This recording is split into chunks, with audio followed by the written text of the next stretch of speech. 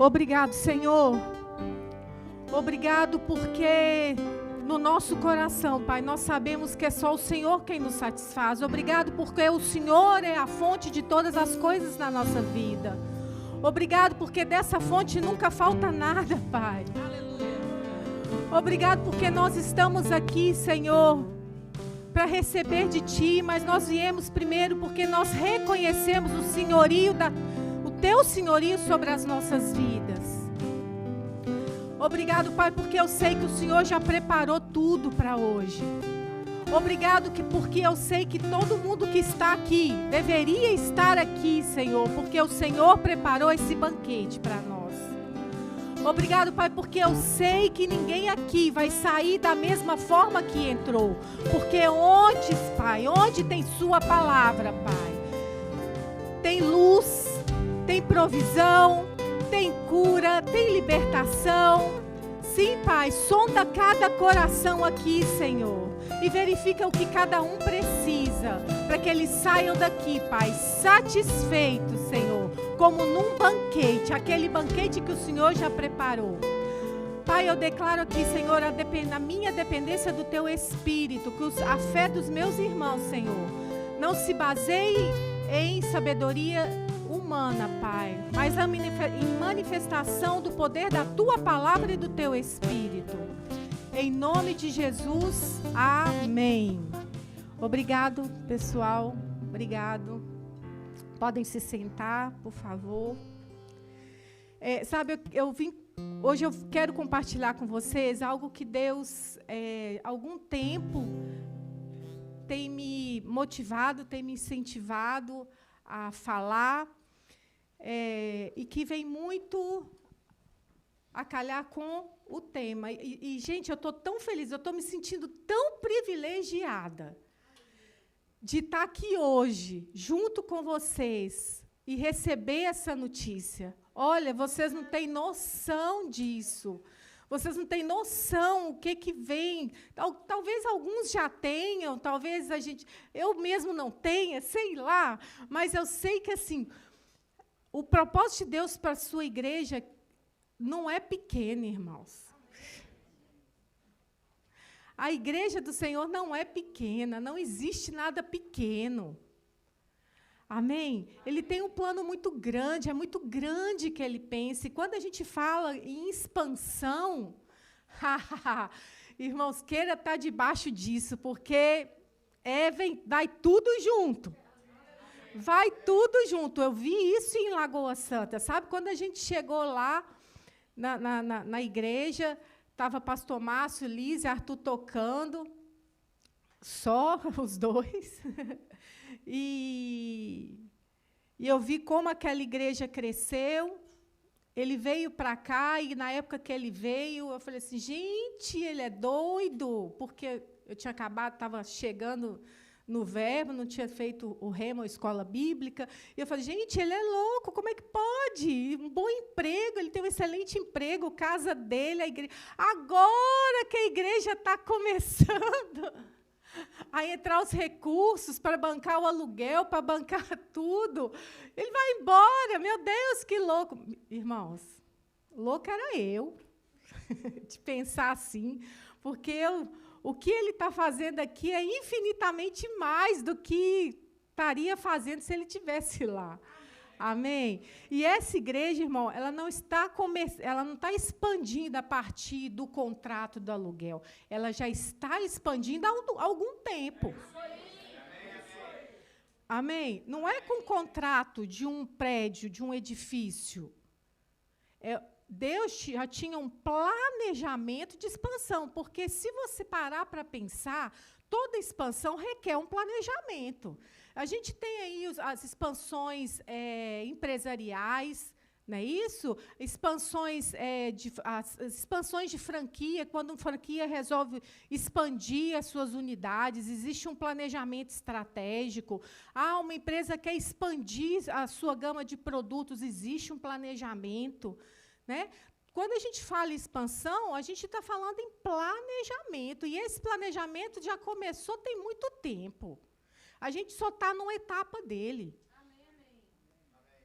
Amém? A palavra que a gente recebe aqui, que nós recebemos, né? Porque ano de 2022 eu fiquei mais aqui do que no Brasil, e 2023 vai ser assim também. Então, nós temos, então, apesar de oficialmente, né, eu ser membro em Lagoa Santa, mas mãe e filho. É mãe e filho ou pai e filho que você falou? Igreja mãe. É mãe e filho, é tudo a mesma coisa. Então, a gente já tem recebido palavras, as estruturas estão sendo feitas, as pessoas estão chegando, as pessoas têm ficado. Amém? Então, essa expansão, ela faz parte de um projeto. O que a gente está vivendo hoje é só uma etapa. Amém? E nós temos um projeto, eu pesquisando, quando o pastor, no começo do ano, aí, foi final do ano, que você falou sobre o tema, né? Aí tudo que vem expansão já chama a atenção da gente, a gente quer ler, né? Eles estão postando cada material tão bom na internet, nas redes sociais.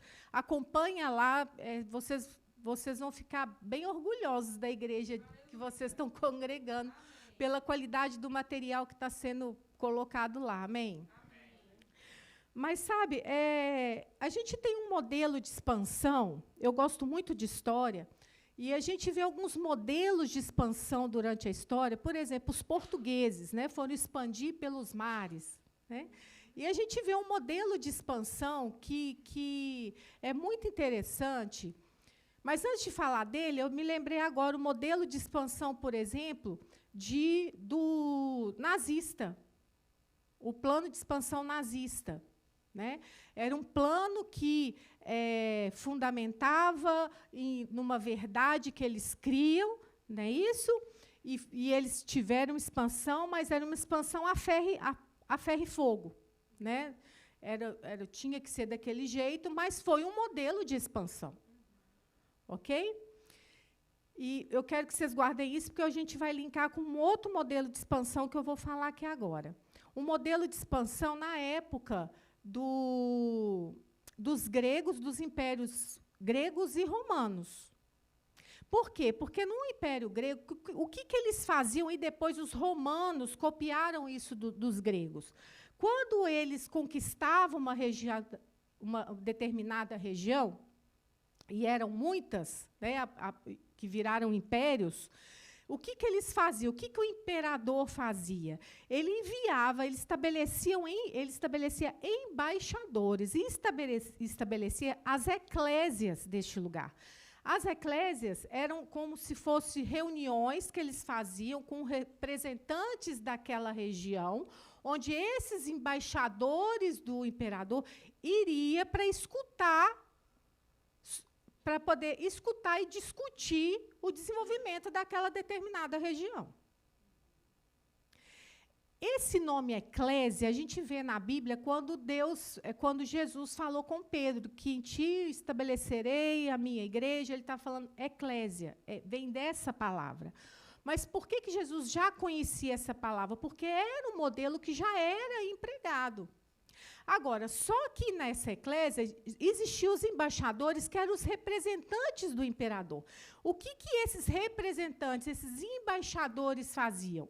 Eles escutavam o imperador, qual era a vontade dele, qual era a visão dele, ia para essas eclésias e, de certa forma, eles conseguiam influenciar aquelas reuniões com a vontade que era do imperador para o desenvolvimento daquela região.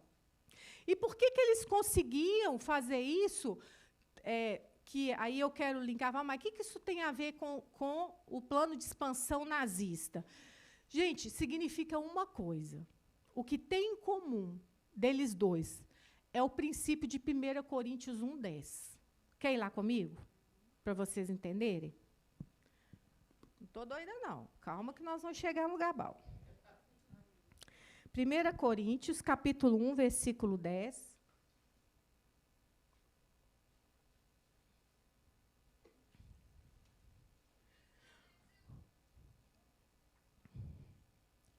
Posso ler? Rogo-vos, irmãos, pelo nome de nosso Senhor Jesus Cristo, que faleis todos a mesma coisa, e que não haja entre vós divisões. Antes, sejais inteiramente unidos, na mesma disposição mental e no mesmo parecer. Então, irmãos, olha aqui. O plano nazista, o Império grego e o Império Romano, eles tinham a mesma coisa, eles falavam, eles criam, falavam e agiam da mesma forma. A motivação do coração estava errada, é por isso que eles não subsistiram. Mas o princípio era a de unidade. Amém? Não podemos falar de expansão sem falar de unidade. Não tem como. Uma coisa está completamente associada à outra. Gente, o plano de expansão que não houve unidade, eles nem passaram da metade. O pastor Márcio falou que domingo, ele estava citando o exemplo da unidade na família, né? E eu achei até que você ia pregar o que eu ia falar hoje.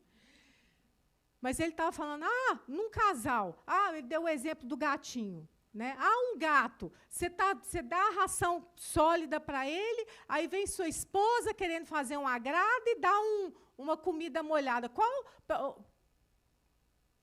Para onde que ele vai? Para ela ou para ele? Criação de filhos. Se o pai fala uma coisa, se a mãe fala outra. Depois vocês pegam a ministração domingo lá. Excelente. Então, por quê, irmãos? Porque tem que existir unidade. Tem que existir unidade. Não existe expansão sem unidade. Amém?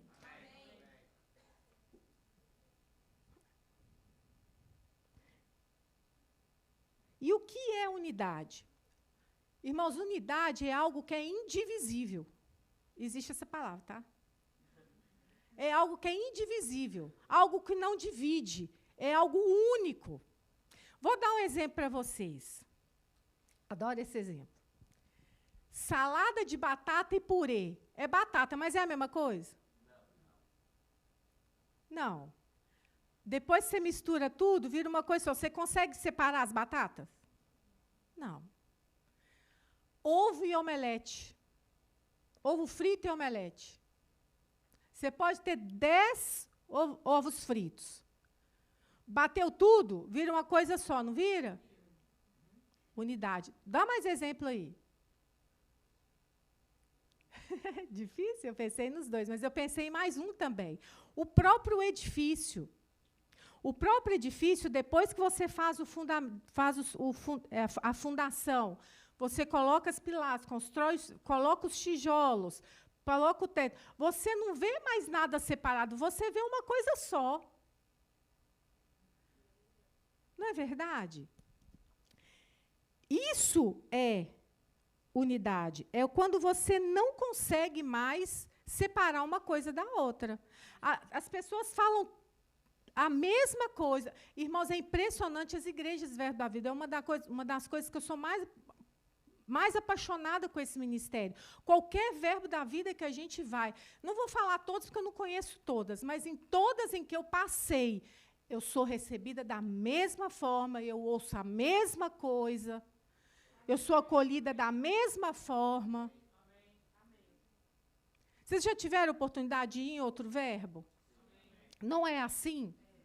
Por quê? Porque pastor Bud, ele, e depois com o apóstolo Guto, eles são muito enfáticos numa igreja andar como 1 Coríntios 1:10, que falemos as mesmas coisas, com o mesmo parecer, mesma disposição mental. Eu vou ler para vocês esse versículo numa versão na Nova Tradução da Linguagem de hoje. Fala assim: irmãos, peço, pela autoridade do nosso Senhor Jesus Cristo, que vocês estejam de acordo no que dizem e que não haja divisão entre vocês. Sejam completamente unidos num só pensamento e numa só intenção. Amém? Essa questão de unidade, irmãos, ela é tão importante, que enquanto você abre aí no Evangelho de João, capítulo 17, eu vou contar uma história rapidinha aqui para vocês. Um caso, tá bom? Uma certa vez, um homem foi visitar um hospital psiquiátrico. E o enfermeiro, muito atencioso, foi mostrando todos os ambientes daquele hospital. Antigamente a gente chamava de hospício, né? Hoje é hospital psiquiátrico, mas aquele enfermeiro foi mostrando as dependências daquele hospital para essa pessoa, e aquela pessoa assim, muito admirada, né? Mas em cada ambiente que ele ia, ele começou a ficar impressionado com a diferença, a disparidade que tinha entre o número de pacientes e o número de funcionários. Então, para cada funcionário, eram muitos pacientes. Então, esse rapaz falou com ele assim: escuta, eu estou vendo aqui que existem muito mais pacientes do que funcionários. Vocês não têm medo, não? Aí, esse enfermeiro falou com ele assim: não, nós não temos medo, não. Sabe por quê? Por quê? Porque os loucos nunca se unem. Quem são os loucos hoje, irmãos? Os loucos hoje são aqueles que não sabem quem são, não sabem para onde vão, não sabem o que tem.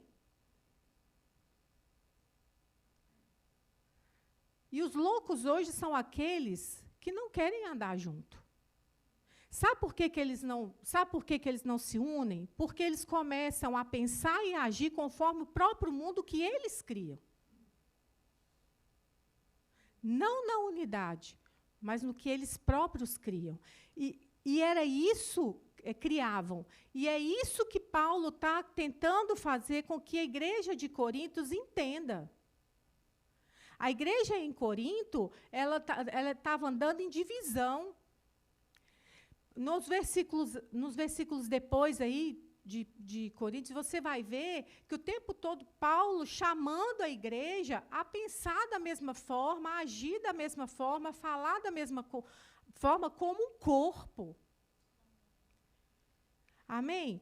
Era uma igreja que eles falavam: eu sou de Paulo, eu sou de Apolo, eu sou de... Não, gente, peraí, vocês estão... Tá errado, não é assim. Vocês precisam pensar da mesma forma. Ter a mesma motivação no coração. Vocês precisam ser um só. E Jesus, olha como isso é importante. Jesus aqui, eu não sei se o título para você está assim, mas na minha Bíblia é a oração sacerdotal de Jesus. Jesus, um pouco antes de passar pelo Calvário, ele faz essa oração aqui, e nós vamos ler em... Deixa eu ver qual versículo para a gente não...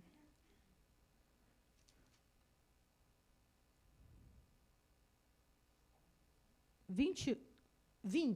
Vamos começar do 20.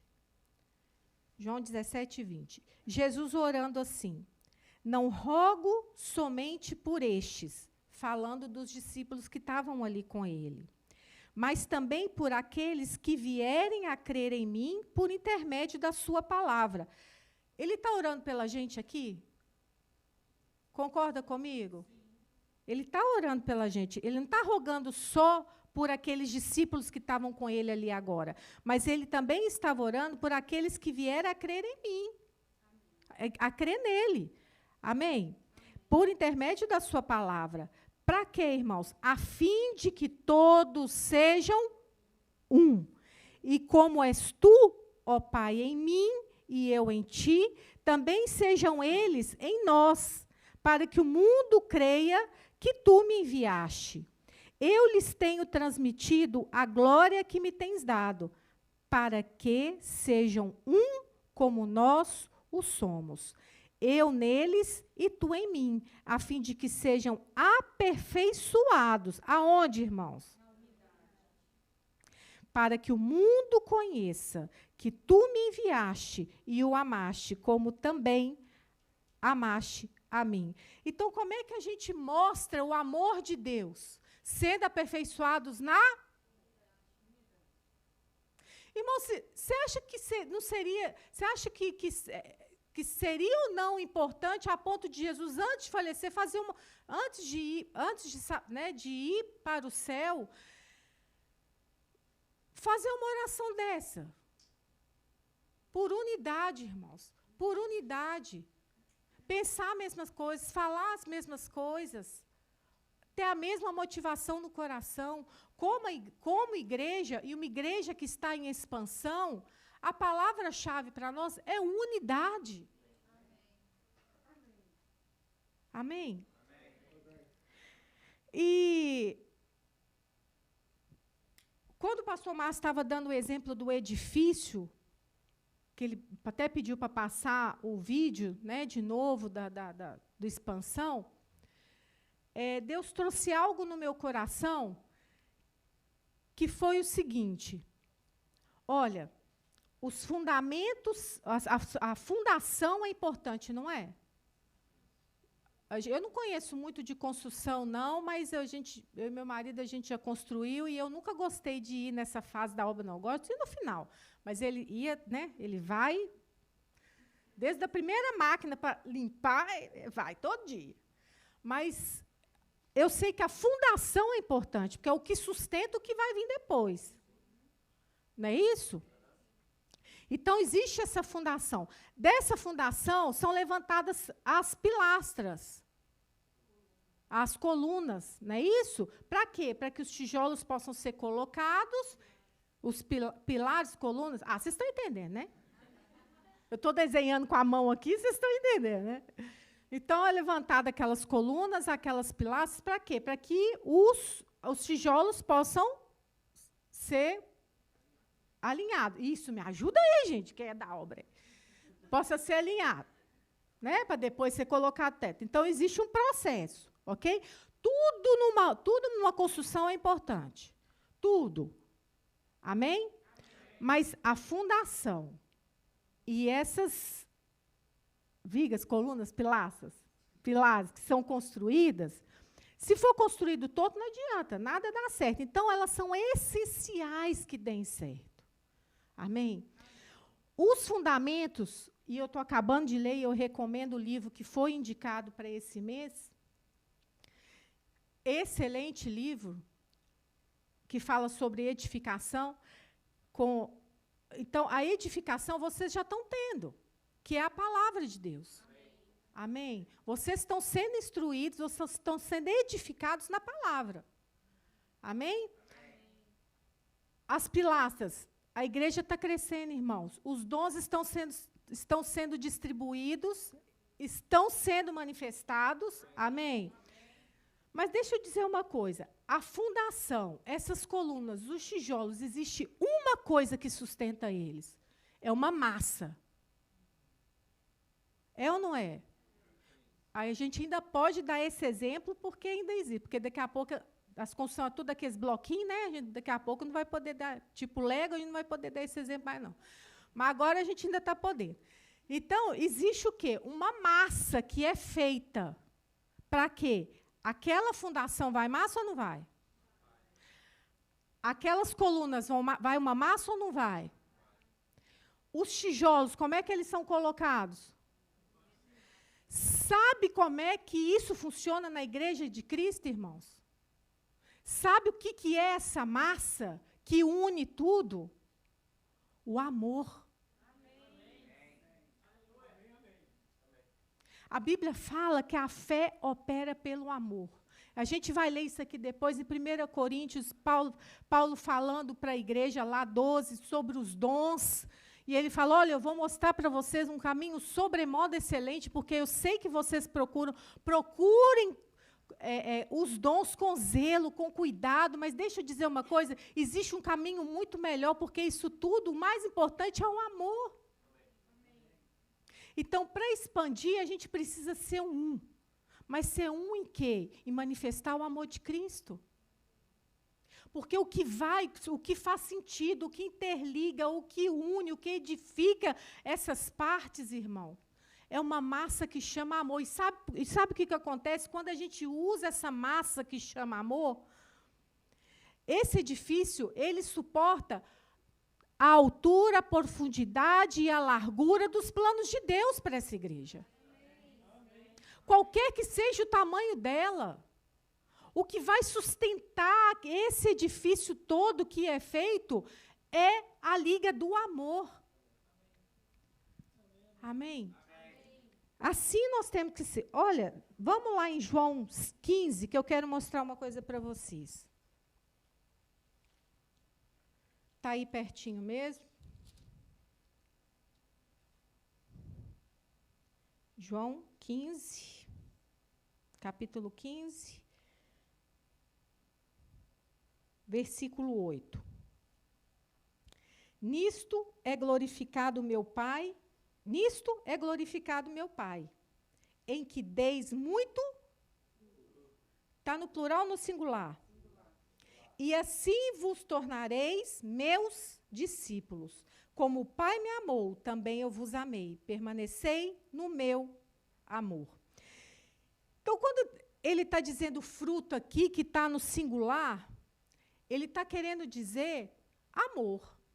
O amor como um fruto. Concorda comigo? O contexto é esse aqui, que ele está dizendo isso? 2 Coríntios, segunda carta ao Coríntios, à igreja de Coríntios, capítulo 5.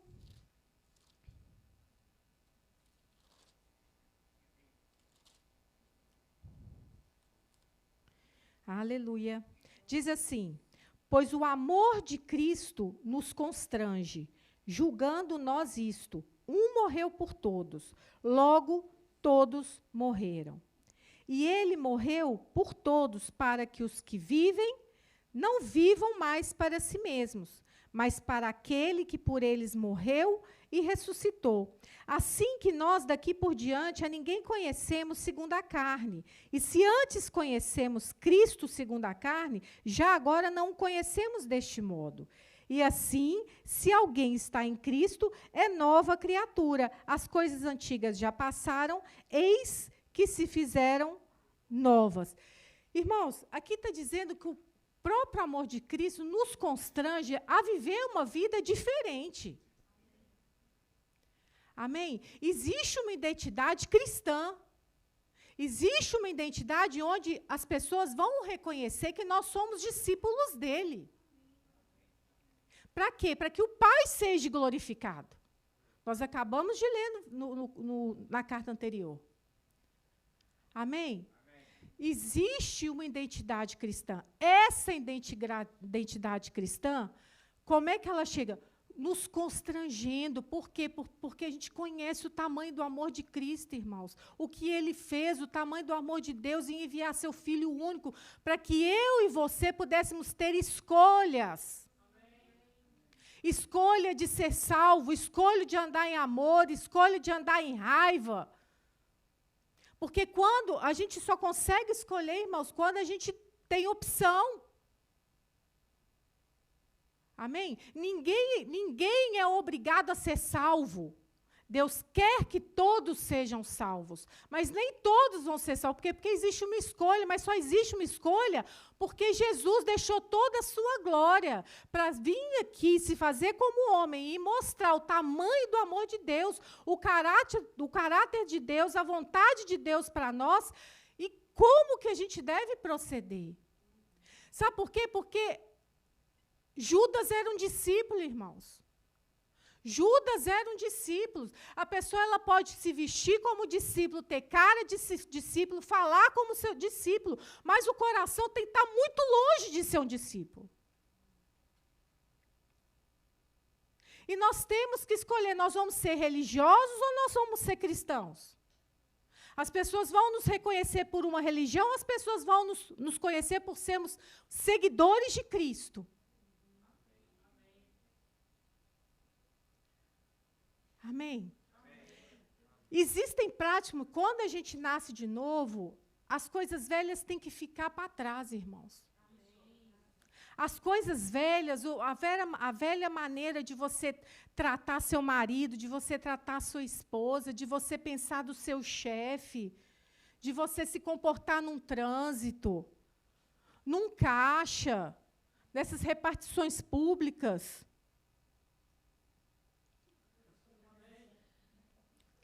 Amém? Existe uma forma agora de ser feita. A velha tem que ficar para trás. As pessoas têm que reconhecer que você é diferente, você é seguidor de Cristo, você vai falar como Cristo, é ser um com Ele. As pessoas vão querer aquilo que você tem. Por quê? Porque você vai mostrar Cristo. Isso tudo tem que ficar para trás. Irmão, se a gente nasce de novo, uma porção do amor de Deus é derramado no nosso coração. A própria vida de Deus vem habitar dentro de nós, e Deus é amor. Então, não existe desculpa para falar não consigo. Existe uma porção para você conseguir, existe uma porção para você dar conta, de você passar por cima daquilo que não está refletindo o amor de Cristo. Sabe, se quando a gente nasce de novo, os nossos relacionamentos continuam da mesma forma, algo está errado. Tem que ser mudado, irmãos, tem que ser mudado. Deixa eu te dizer, escolher amar é uma escolha, assim como andar em unidade. É uma decisão, uma escolha. A unidade é uma posição que você deseja estar. E uma vez que você assume estar fazendo parte dessa unidade, cabe a você e a mim sermos responsáveis por preservar essa unidade. Não é coisa que Deus faz, é coisa que eu e você temos que fazer. Amém? Essa igreja está em processo de expansão. Quem vai receber as novas pessoas que estão chegando é você e eu. Como nós vamos receber essas pessoas que estão chegando? A gente não está saindo desse ambiente para um ambiente de 500 metros quadrados, daqui a pouco vai ser 1.000, mas vamos concentrar no 500 para não dar aquela coisa. Mas esse de 500, irmãos, quantas cadeiras serve? Quantas pessoas você vai acolher? Quantas pessoas você vai abraçar? Quantas pessoas você vai chorar junto? Com quantas pessoas você vai rir junto? Com quantas pessoas você... Irmãos, em qual departamento você vai servir? Em qual departamento? Irmãos, verbo social. Quanta coisa tem um verbo social para fazer?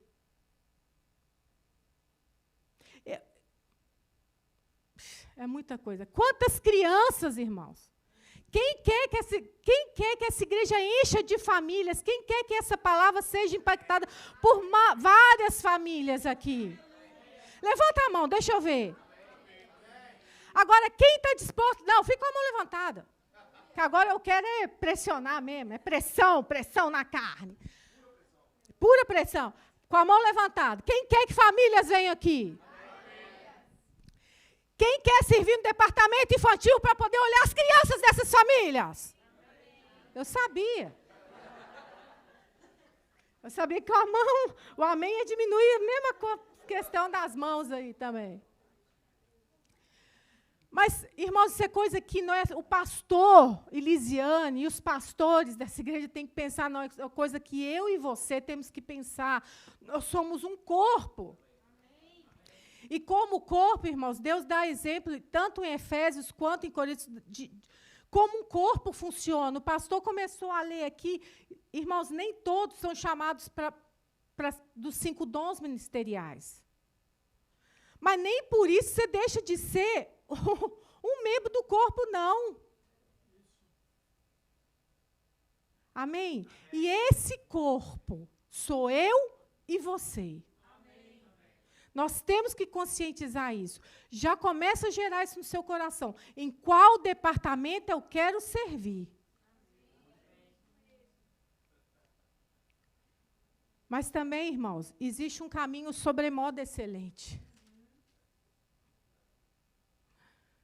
Eu quero servir, mas eu tenho que estar com o meu coração alinhado em amar pessoas. Sabe, irmãos, depois que a gente aceita Jesus e essa porção é derramada no nosso coração, nós não temos o direito de desistir de ninguém. Nós não temos o direito, a pessoa ela pode escolher por outros caminhos.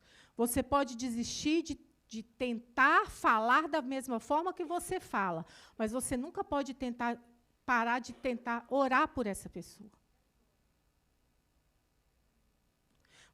Depois que essa porção de amor é derramada no nosso coração, perdão tem que ser liberado, independente do motivo que você foi machucado. Tá difícil? Eu tenho uma notícia boa para você. O que corre em você, irmãos, não é a sua carne mais, é um espírito puro do amor.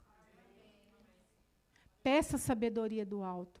Peça que a sua oração seja, irmãos. Eu queria chamar o pessoal da música, meu tempo já.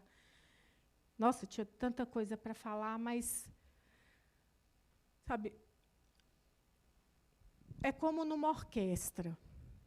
Nós, como igreja, nós temos que funcionar como se fosse numa orquestra. Sabe, se eu pedir aqui, eu vou deixar eles colocarem aqui, mas, sabe, numa orquestra, irmãos, existem vários instrumentos. Sim ou não? Sim. Existe um instrumento mais importante que o outro. Você pode falar, por exemplo, que a flauta é mais importante que o violino?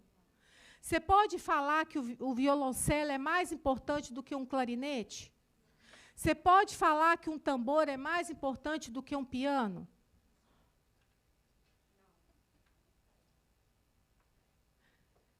Porque todos são importantes.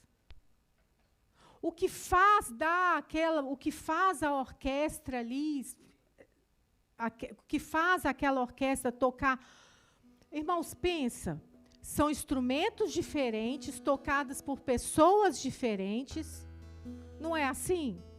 E o que sai no final?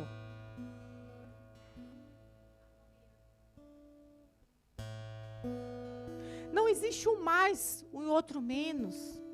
Existe um corpo que trabalha junto ao som de um maestro, ao comando de um maestro. Sabe, Jesus chamou 12 pessoas para andar com eles, tão diferentes. Tão diferentes, são 12 tão diferentes. Mas porque ele sabia que na diferença das individualidades existia uma coisa que ia prevalecer.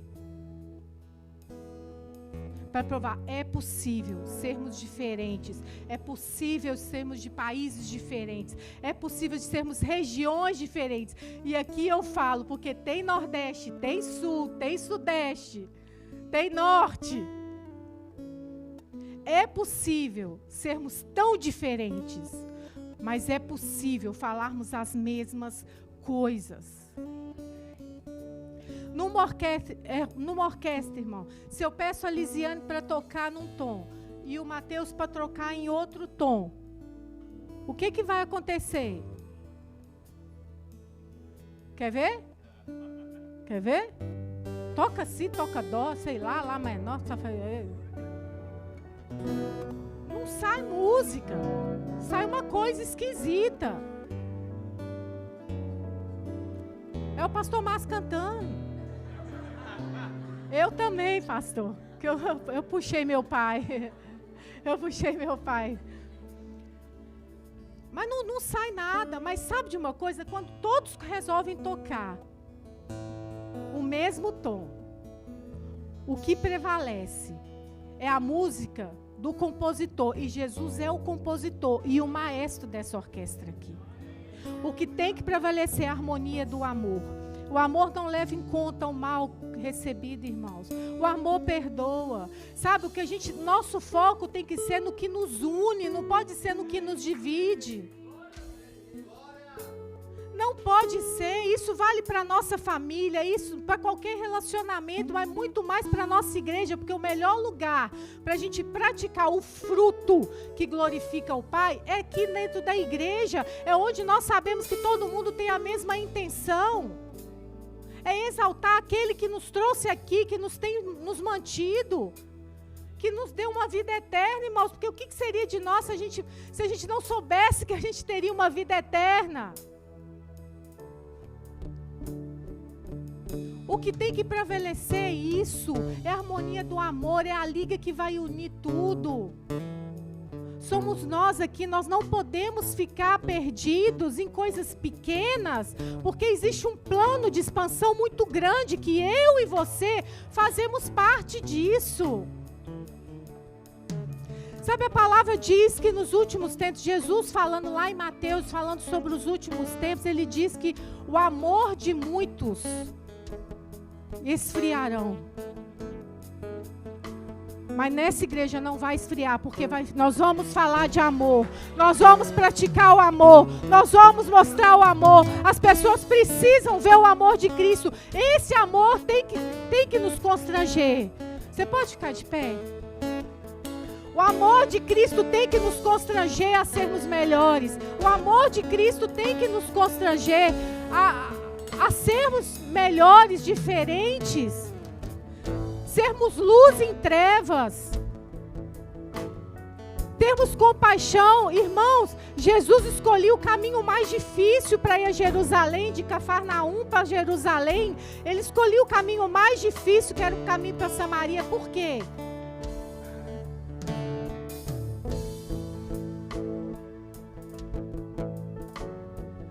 Não é o mais fácil. O amor é um fruto que tem que ser desenvolvido, irmãos.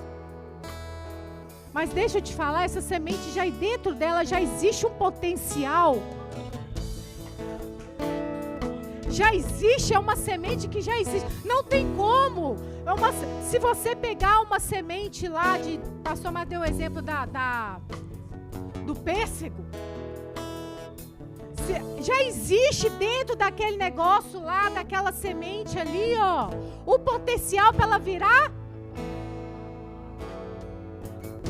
uma árvore que vai frutificar. Essa semente já está em mim e você.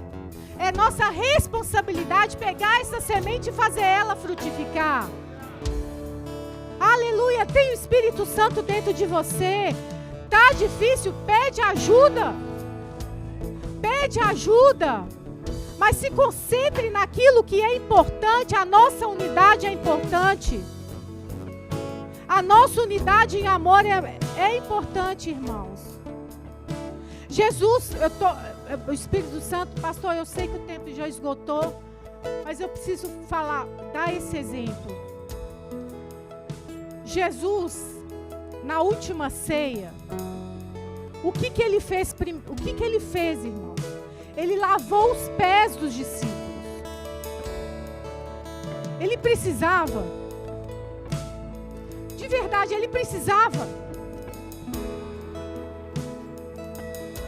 Naturalmente, não. Jesus sabia quem ele era. E ele sabia que os discípulos também sabiam quem ele era.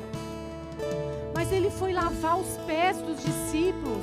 E sabe de uma coisa, irmãos?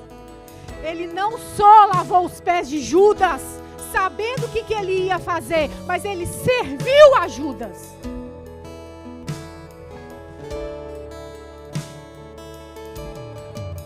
Esse tipo de amor tem que nos constranger a ser melhores.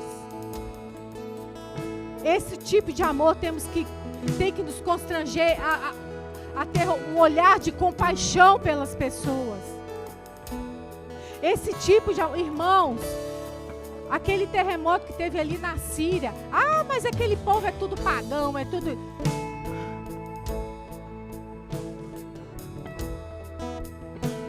Vocês pararam para pensar que eles estão indo para o inferno?